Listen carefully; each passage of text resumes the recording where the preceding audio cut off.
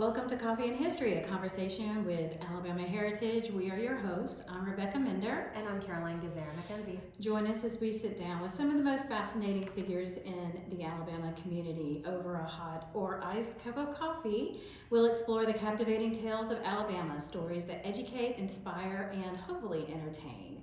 We're thrilled to have you here with us, but today we wanted to let you know we're on the road in Montgomery. And we're interviewing a lot of the folks who are so fabulous working here at the Alabama Department of Archives and History. So we want to be sure and thank Archives Director Steve Murray for allowing us to visit and film our podcast here. Thanks, Steve. Thanks, Steve. You're the bomb.com. Wait, do people even still say that anymore? Bomb.com? That's more of a Gen X. I've said it once or twice, so I will allow it. What does your millennial generation say instead of bomb.com? I don't know. I don't like half of the millennial You generation. just well, I don't like my own generation, but that's because we're Gen Xers and we don't like each other or other people, but I digress. Anyway, Rebecca, So I feel like you might be able to tell me something fun and interesting. So I thought that was kind of fun and interesting, but listeners, we do actually have a segment that we like to call Did You Know? And sometimes this is a fun fact that you may not know and a fun fact that we may not know about the state of Alabama. So Caroline, do you know anything about quilting? Not very much, I won't lie, but my daughter was gifted a beautiful wildflower quilt for as a baby gift. Nice. And she does sleep with it now, so Nice. it's really awesome. You know, my mom was a quilter, and she used to make quilts for the homeless through her church and everything, and she tried to get me to quilt with her, and so I did a 4 square, and that's pretty much all I did. And then she put the entire quilt together, and then I came and did a little tying at the end about 2 months later. So I can say I quote-unquote quilted, but I really didn't.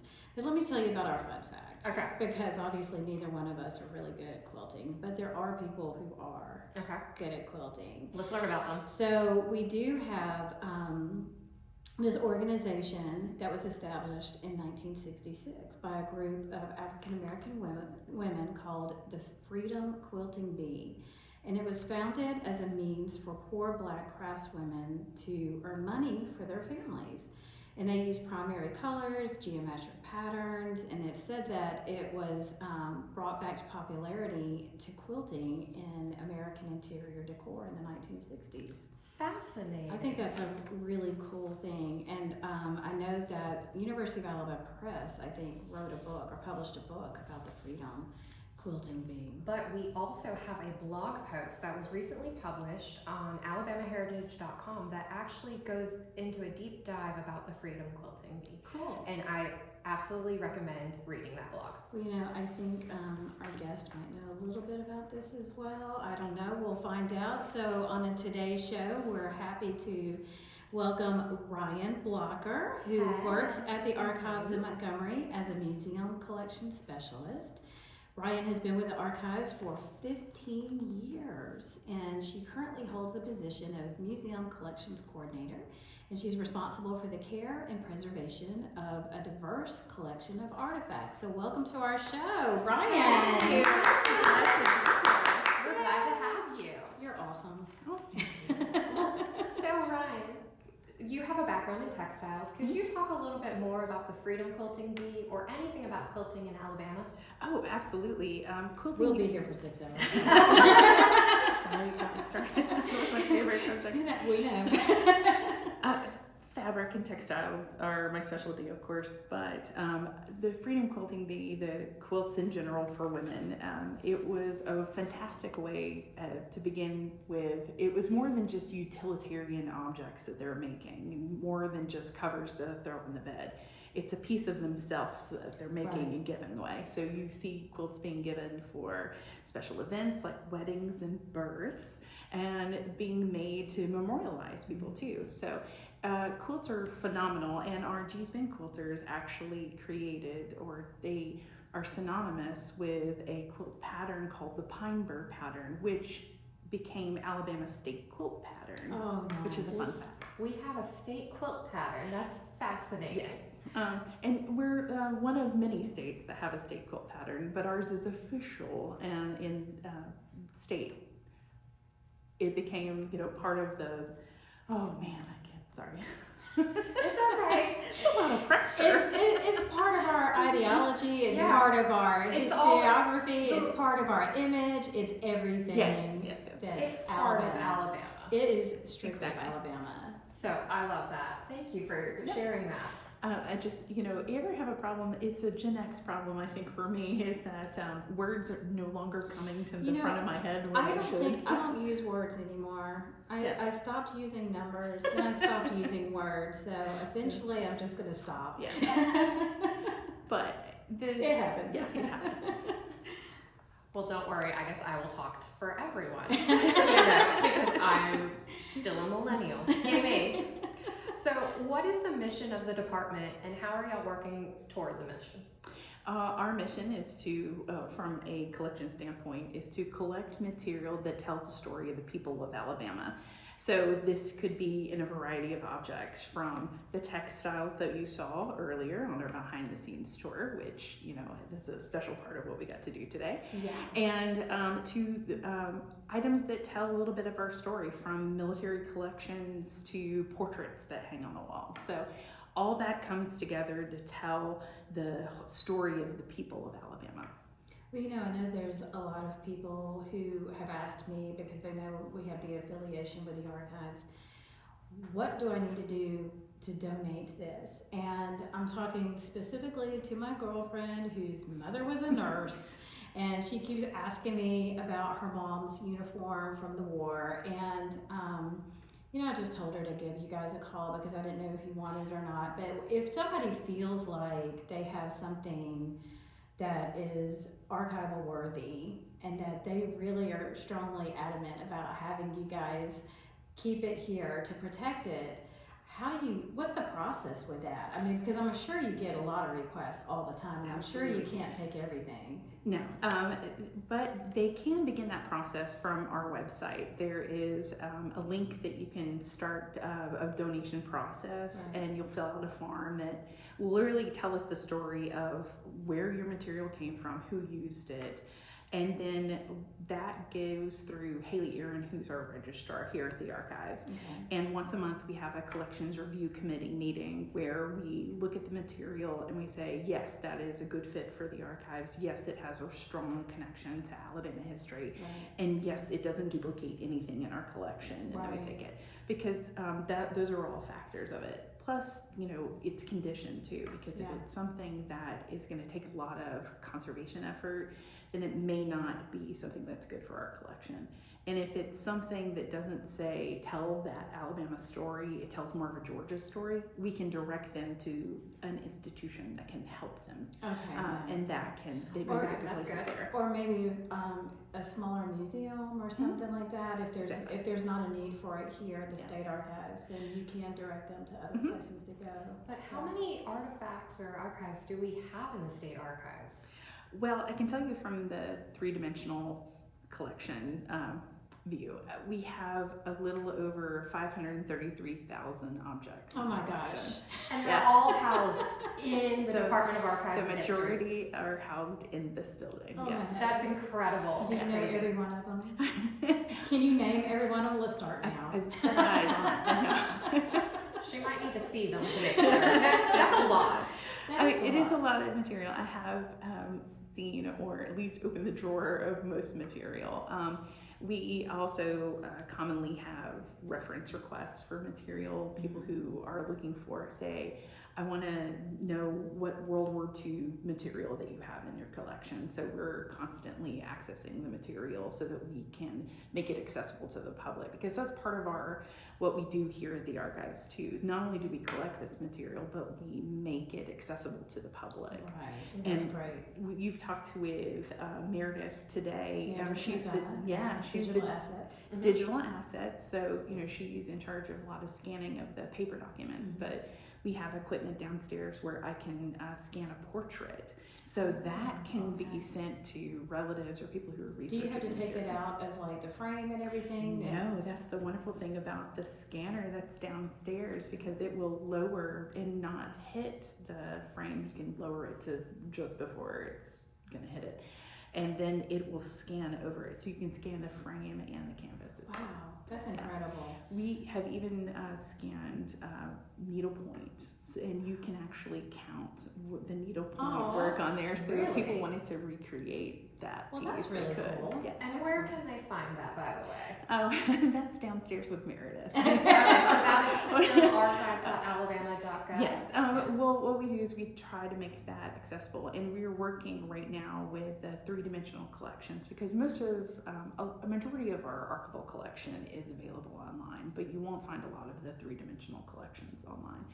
We are actively working to connect the information with the artifact to be able to put that online, so that can eventually be accessible as well. Well, it seems like you guys have a lot that you're doing. I mean, so when you come to work, what does an actual day look like for you? It sounds like it could be a variety of things, but what are your day-to-day activities looking like? I always tell the people that work with me that, I come in with a to-do list every day. I think we all do that. I never get anything done. And then it goes to the back burner. Yes, because it's a part of a majorly long to-do list that you don't realize you have.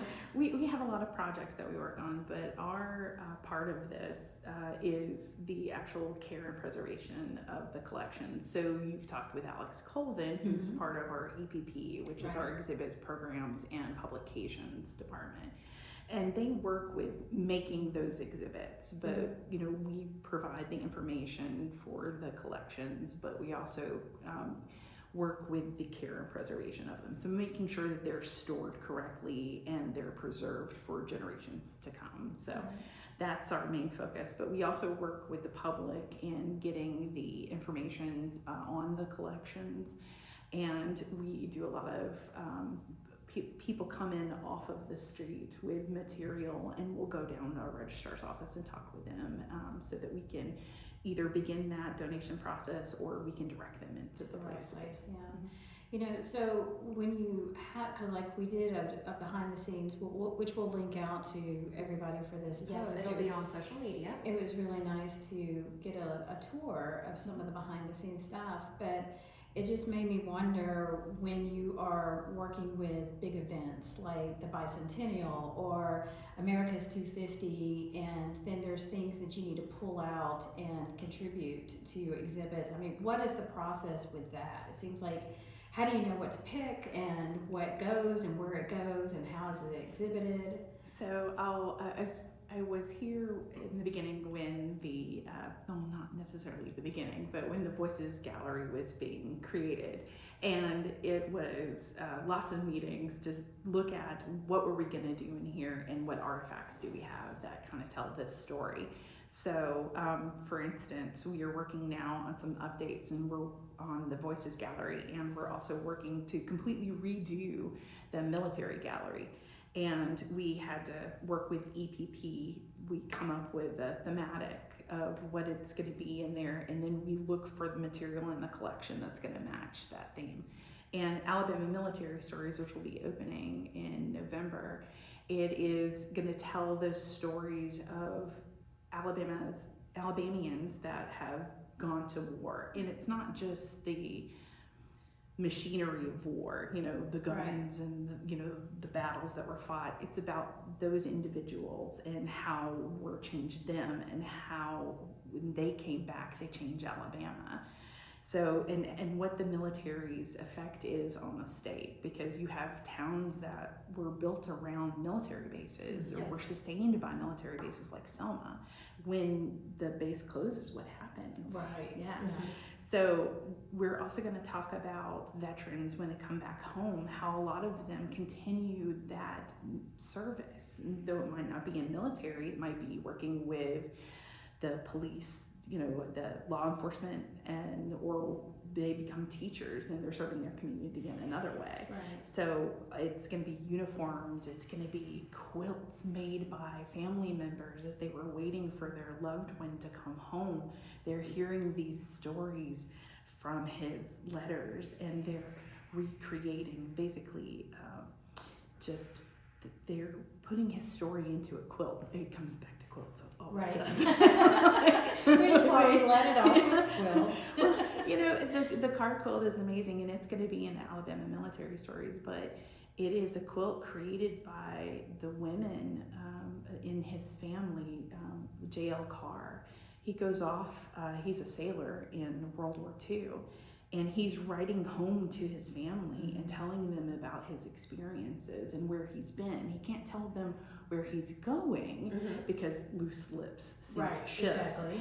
But he can tell them where he's been, and they create this quilt from his experiences.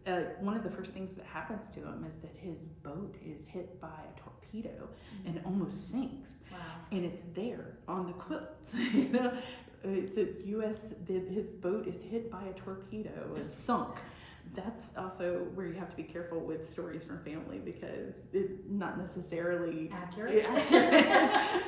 His boat is hit by a torpedo and it does go down, but it doesn't sink itself. They're able to bring it up. But that is a story that is just absolutely incredible from a young man in North Alabama and his experience in the war. But it's also his family's experience. Right. Yeah. They're waiting for him to come home, waiting for word from him, and they're writing it in this. They're creating it in this quilt. So we'll keep this quilt thing going because we have a thing we've noticed with you. We do know that you actually work with other things besides quilts, and we'll get to that. But just to mention, you mentioned this quilt telling a story, and it just reminded me of Yvonne Wells, who is in Tuscaloosa, Alabama, and she, that's her thing, is she makes story quilts, is what she calls it. And it's not, some people might call it a crazy quilt because it's not like a specific pattern that's specifically geometric or anything like that. But it has a lot of different things that tell a story, and some of hers are, civil rights stories, and it's just really important stories. And I love that when people can bring a story to a quilt that you can look at it and see exactly what, the message that they're trying to convey. So that she's just a great artist. I really appreciate her work. She is my director. Yeah, it's issue 157. Yeah, it's currently issue 157. It's the cover story, and you should definitely check it out. Purchase a copy at alabamaheritage.com. Yes. She is definitely one of my quilt greats. Yes. Her quilts are absolutely amazing and are in collections all over the U.S. and all over the world, I think. But she's definitely one of those unicorn items that you want in a collection. That and a 3-piece polyester leisure suit. Those are kind of top. Nice. They're really nice. Okay, 3-piece polyester leisure suit. Tell me more. It's just so quick and just thrown in. It's just a thing, It is quintessential 1970s fashion for men, and if you were a man in the 1970s and you didn't have a 3-piece polyester leisure suit, who were you? Yeah, right? Exactly. Or the jumpsuits, the polyester jumpsuits with the zip up front. Those were crazy. Yeah. I'm gonna have to ask my family if they ever owned these.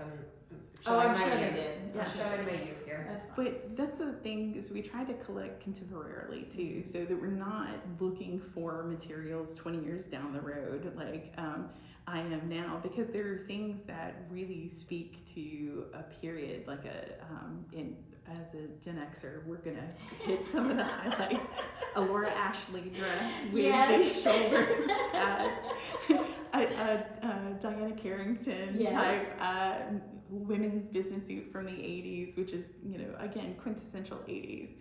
But, those are the pieces that help us tell these stories of the people. And the reason why I find textiles are so important, because they put such nice context into a period, because you can talk about the protests in the 60s and the 70s, and you can talk about bell bottoms, but until you see them, that really, you can picture yourself in that time period, picture the people who were there. So that's why I think textiles are just a wonderful addition. Well, I was talking to my husband not too long ago about football. So if you look at football from, say, the 1980s, and the guys were wearing ginormous shoulder pads, just like the women were, and they're, if we were on the episode of Dallas, we'd be wearing big shoulder pads, but the football players had huge shoulder pads. So therefore, their jerseys were bigger and designed differently. Now, the technology has changed so much that their shoulder pads are much more compact.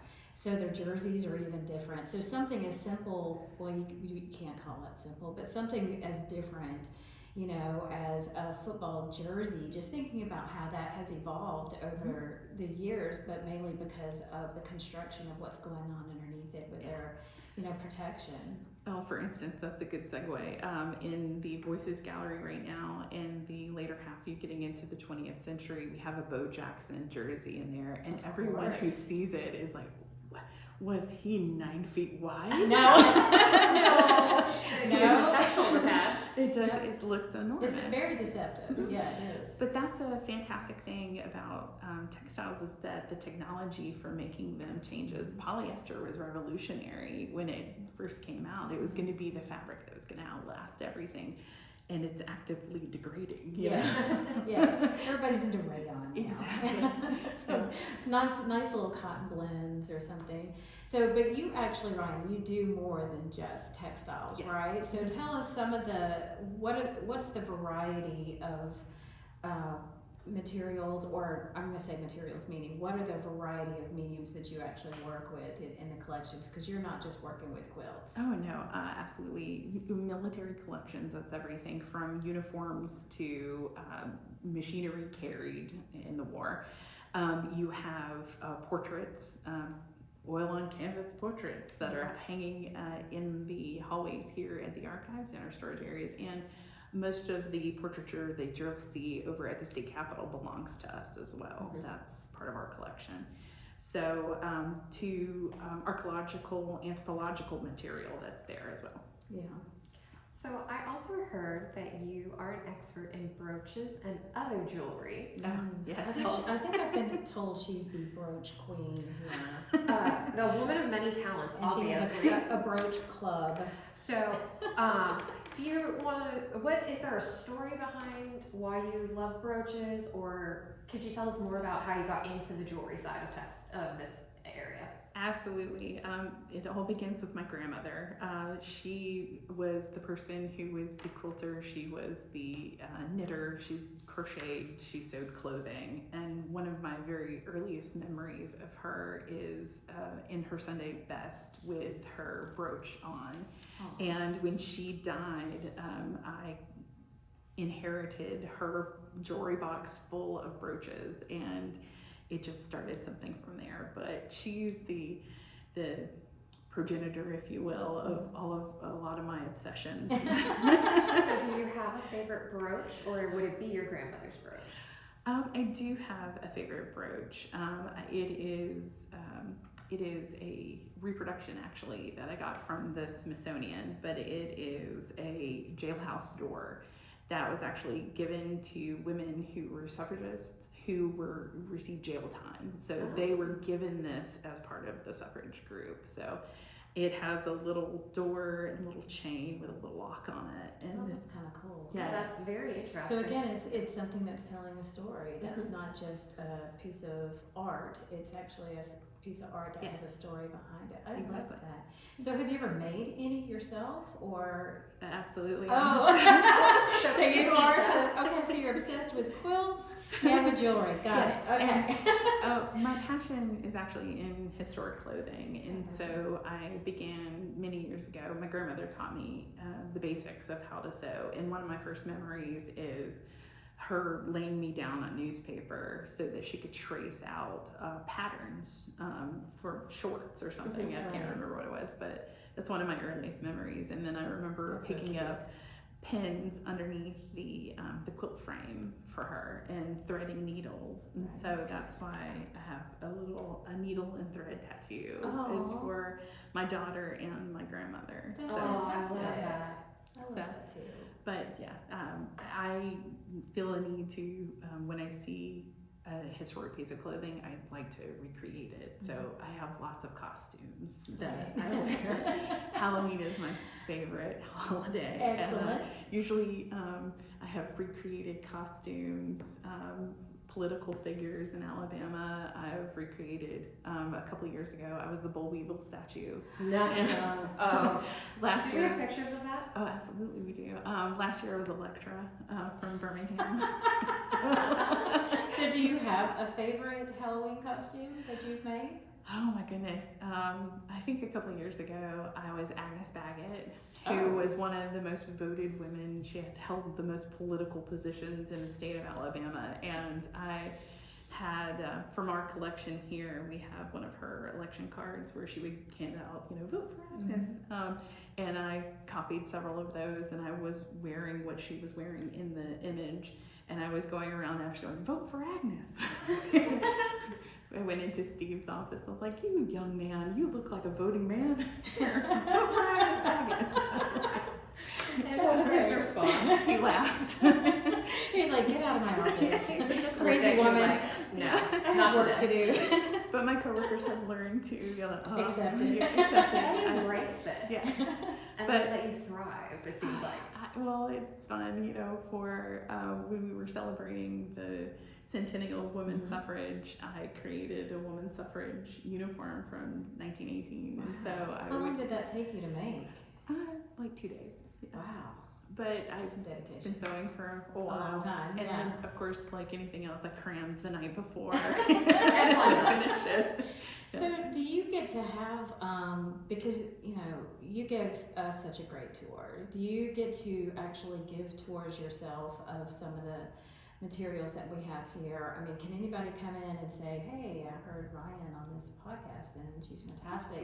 Can she give us a tour? Or do you work with school children or other groups like that? We do behind the scenes tours with special groups that come in and request it, but you have to get on the books and make sure that you are scheduled on. Right.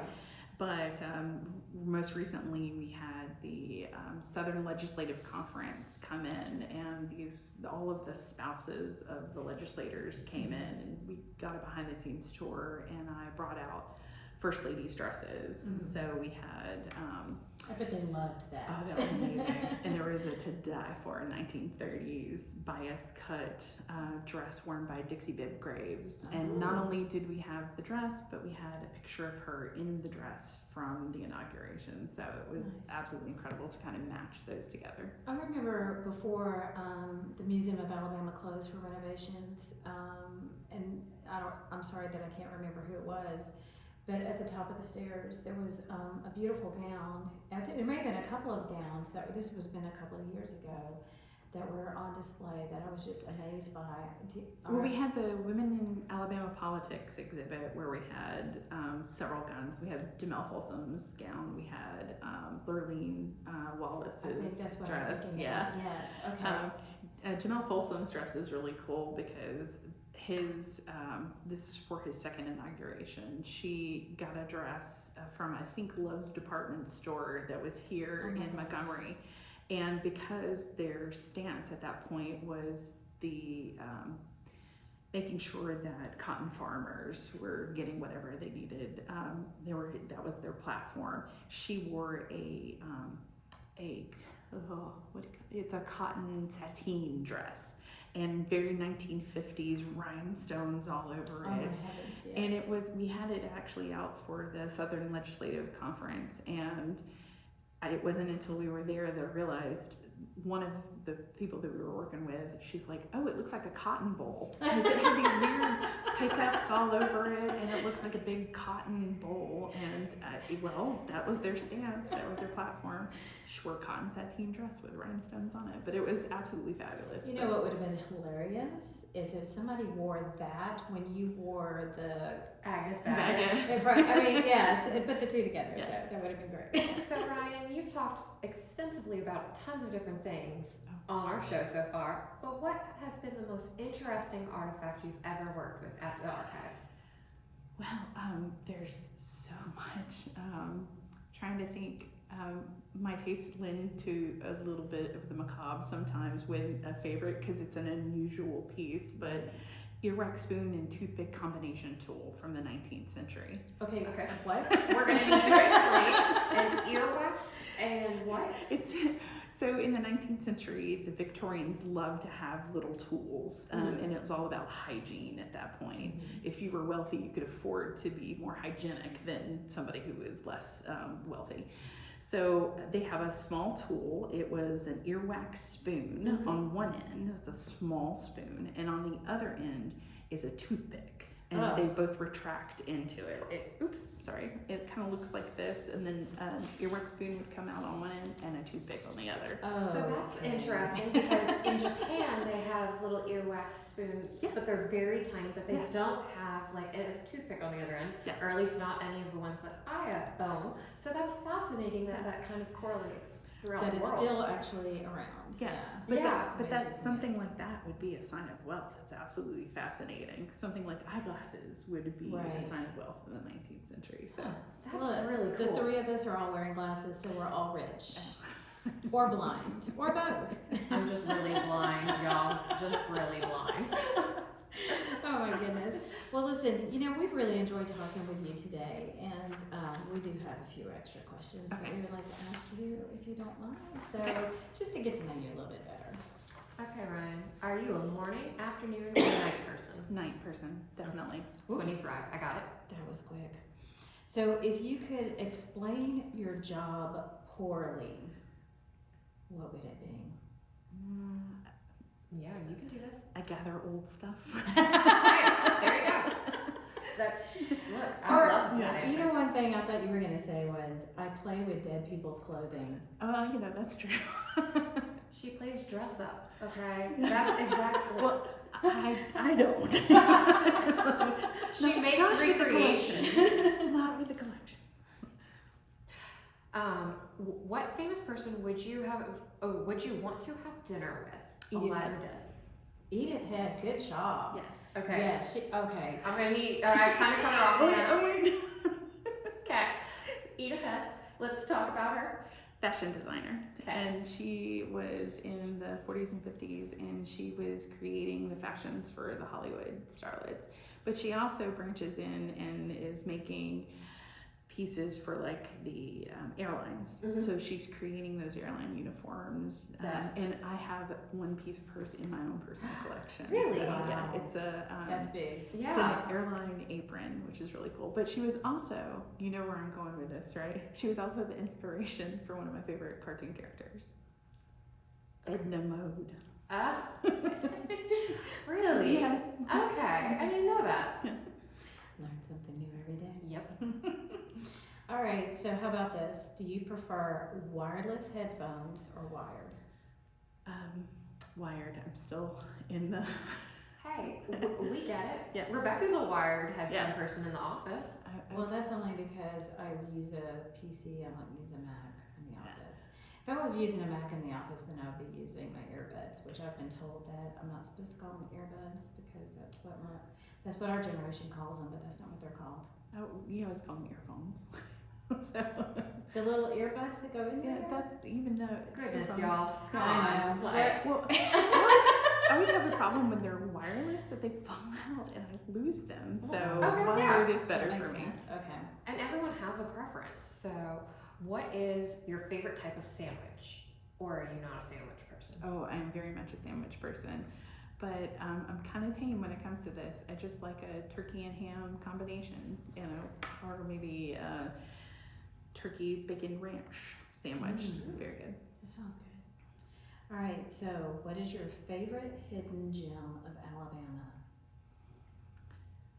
Because you ain't from here. No, I'm not. You're from Florida, right? I'm actually an accidental Alabama native. I was born in Geneva.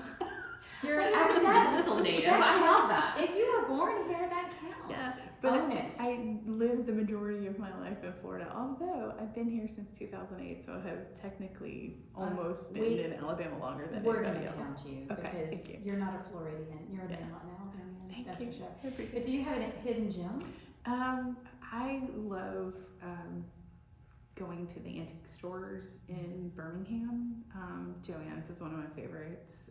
They have the most incredible stuff, and I think that they're sort of a hidden gem, and although everybody knows about them. Well, now they know about them, Yeah. so they're all going to be busy, Yeah. and they won't have anything left, thanks. Um, Somebody asked me, where's my favorite place to go on vacation? I said, I'm never going to tell you because then people will show up there. Yeah. It's like, I don't want to give my secrets away, you know?